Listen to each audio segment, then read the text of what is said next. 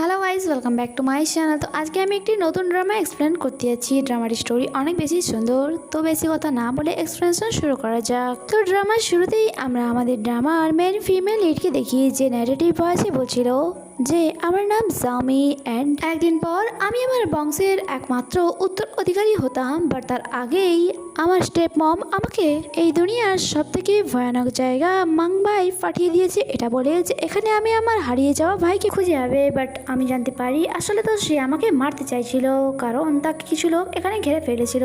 আর নিজেকে বাঁচানোর জন্য জাওমি সেখান দিয়ে দৌড়ে পালাচ্ছিল। তখনই আমাদের হিরোর এন্ট্রি হয়, যার নাম সিচেন ছিল। অ্যান্ড সে ওই গুন্ডাগুলির ভালো করে ধোলাই করার পর জাওমির কাছে আসে।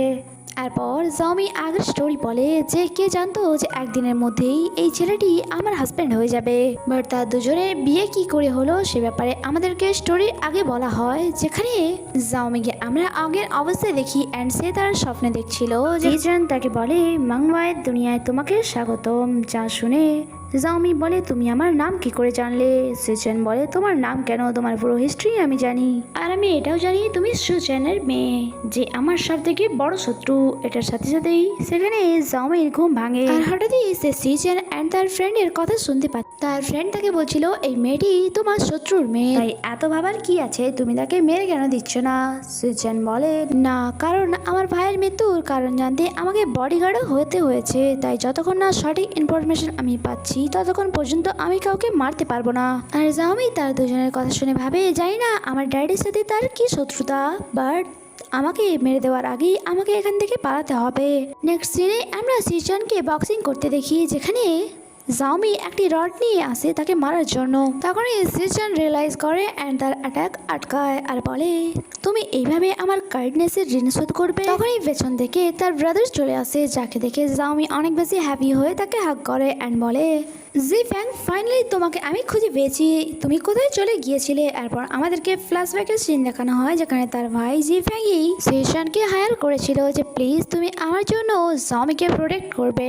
বাট সিচন বলে আমি তাকে কেন প্রোটেক্ট করতে যাবো যখন কি সে আমার শত্রুর মেয়ে? জি ফ্যাং বলে তুমি তোমার ভাইয়ের মৃত্যুর ইনভেস্টিগেশন করতে চাও তাই না, যাতে সে তোমার হেল্প করতে পারে, বাট যদি আমার বস তাকে খুঁজে পেয়ে যায় তাহলে হয়তো তাকে মেরেই ফেলবে।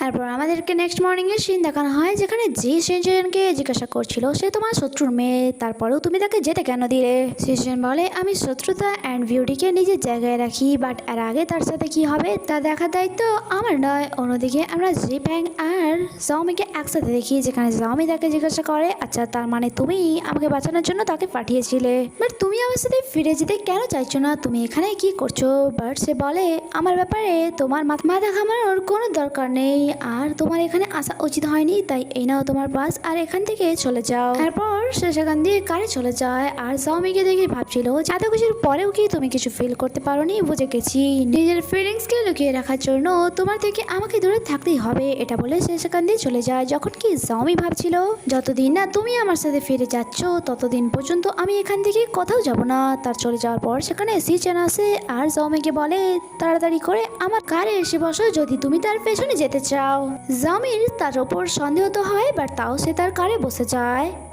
এরপর সে তাকে জিজ্ঞাসা করে তুমি এত স্লো কেন যাচ্ছ, একটু স্পিডে গাড়ি চালাও। ওয়েট, আমরা জিফ্যাংকে কোথাও দেখতে কেন পাচ্ছি না, তুমি আমাকে কিডন্যাপ করছো না তো? তার কোনো কথারই অ্যান্সার দেয় না সিচেন, তাই জাওমি অনেক রেগে তার সিট বেল্ট খুলে দেয়, আর যখনই সিচেন ব্রেক মারে তার মাথায় আঘাত লাগে। আর সিচেন বলে এটাতে আমার কোনো দোষ নেই, কারণ তুমি নিজেই তোমার সিট বেল্ট খুলেছিলে। অ্যান্ড তাকে কার থেকে নামিয়ে সোলজার্সকে দেখায় আর বলে ওই সোলজার্সদের দেখছো, যদি তার একবার জানতে পেরে যায় যে তুমি এই স্টেটে ইলিগাল ভাবে এসেছো, তোমার কাছে কোনো পাসপোর্টও নেই, তাহলে বাকি জীবনটা তো তোমাকে এই জেলেই কাটাতে হবে। যা শুনে তো জাওমি ইউটার নিয়ে নেয় অ্যান্ড তাকে সরি বলে তার কারে বসতেই যাচ্ছিল, বাট সিচেন তাকে বসতে দিচ্ছিল না অ্যান্ড বলছিল একদম না, যদি তুমি আবারও বলে বসো যে আমি তোমাকে কিডন্যাপ করছি। জাওমি খুব বাজেভাবে ফেসে গিয়েছিল অ্যান্ড সোলজারও তাদের কাছে চলে আসে, তাই জাওমি নাটক করা শুরু করে যে তুমি আমার সাথে এমনটা কি করে করতে পারো, আমি তোমাকে ভালোবাসি আর আমি তোমার বাচ্চার মা হতে চলেছি। আর তার নাটক দেখে সিজন ভাবছিল আসলে এই মেয়েটি চায় কি, আর সে এমন অ্যাক্টিং কেনই বা করছে।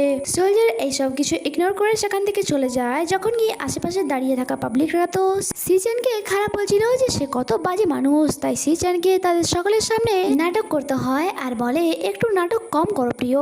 তখনই এক আন্টি তার দিকে এগিয়ে আসে আর বলে আমার সাথে চলো, আমি তোমার চেঞ্জ করিয়ে দিচ্ছি। আর যখন সে চেঞ্জ করে বাইরে আসে, সিজেন তো তা থেকে নজরই সরাতে পারছিল না। আন্টি বলে, আমার মনে হয় তুমি ওই ছেলেটিকে অনেক বেশি ভালোবাসো।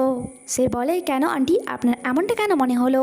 আন্টি বলে, কারণ তুমি ওয়েডিং ড্রেস চুজ করেছো তাই।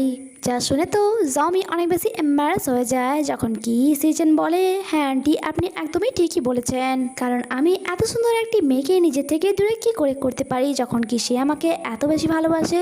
জমি তো মনে মনে অনেক বেশি রাগ হচ্ছিল, অ্যান্ড সে ভাবছিল সে তো আমার থেকেও অনেক বড় ড্রামাবাজ। অ্যান্ড সে আন্টিকে বলে, আন্টি আপনি ভুল ভাবছেন, বরং সে তো আমাকে কিডন্যাপ করতে চাইছিল, তাই প্লিজ আমার হেল্প করুন। যখন কি সিজন নাটক করে বলে, মাই কিউট গার্লফ্রেন্ড, তুমি কি এখনো আমার উপরে রেগে আছো? আমার একটি ডেলিভারি করার আছে, তাই চুপচাপ আমার সাথে চলো, এটাই তোমার জন্য ভালো হবে। নেক্সট সিনে আমরা চিফ্যাং এর বস মিস্টার আর্নকে দেখি, যে তাকে বলে, আমি আশা করছি তুমি ওই মেয়েটিকে এখান থেকে ফিরিয়ে দিয়েছো, আর তোমার জন্য এটাই ভালো হবে, তুমি তোমার কাজে ফোকাস করো। তখনই মিস্টার আর্নের মেয়ে তার কাছে আসে আর বলে, আমি আপনার জন্য ওয়েডিং ইনভিটেশন নিয়ে এসেছি। তার ড্যাড বলে, কার বিয়ে? জায়া বলে, আমার, আর যা আজই হবে। আর মাস্টার তাকে কিছুই বলে না। অন্যদিকে আমরা সিজেন আর জাওমিকে দেখি, সে তাকে বলছিল, তুমি আমাকে শ্রীফ্যাংকে খুঁজতে কখন নিয়ে যাবে? সিজন বলে, যখন আমার কাজ শেষ হবে তখনই গার্ডসটা তাদেরকে আটকায় অ্যান্ড বলে, এটা একটা রিলিজিয়ন পার্টি, তাই ভেতরে এন্টার করার জন্য আপনাদের ফার্স্টে ড্রিঙ্ক খেতে হবে।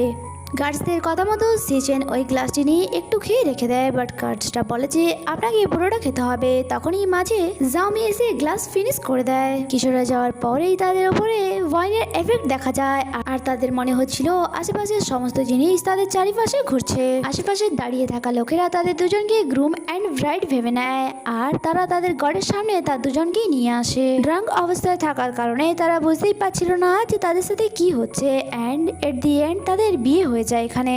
তখনই সেখানে জায়া আসে অ্যান্ড অনেক রেগে বলে যে, ব্রাইড তো আমি ছিলাম, তাহলে এখানে এইসব কি হচ্ছে? যেহেতু এটা একটা রিলিজিয়ান ম্যারেজ ছিল, তাই কেউ চাইলেও এটা ভাঙতে পারবে না। আর যখন সিনচেন এটা বুঝতে পারে, সে ভাবে, এটা আমার দ্বারা কি ভুল হয়ে গেল, শেষমেশ আমি আমার শত্রুর মেয়েকে বিয়ে করলাম। আর এখানে এই এপিসোডই শেষ হয়। আগে কি হয় তা জানতে স্টে কানেক্টেড। Bye bye.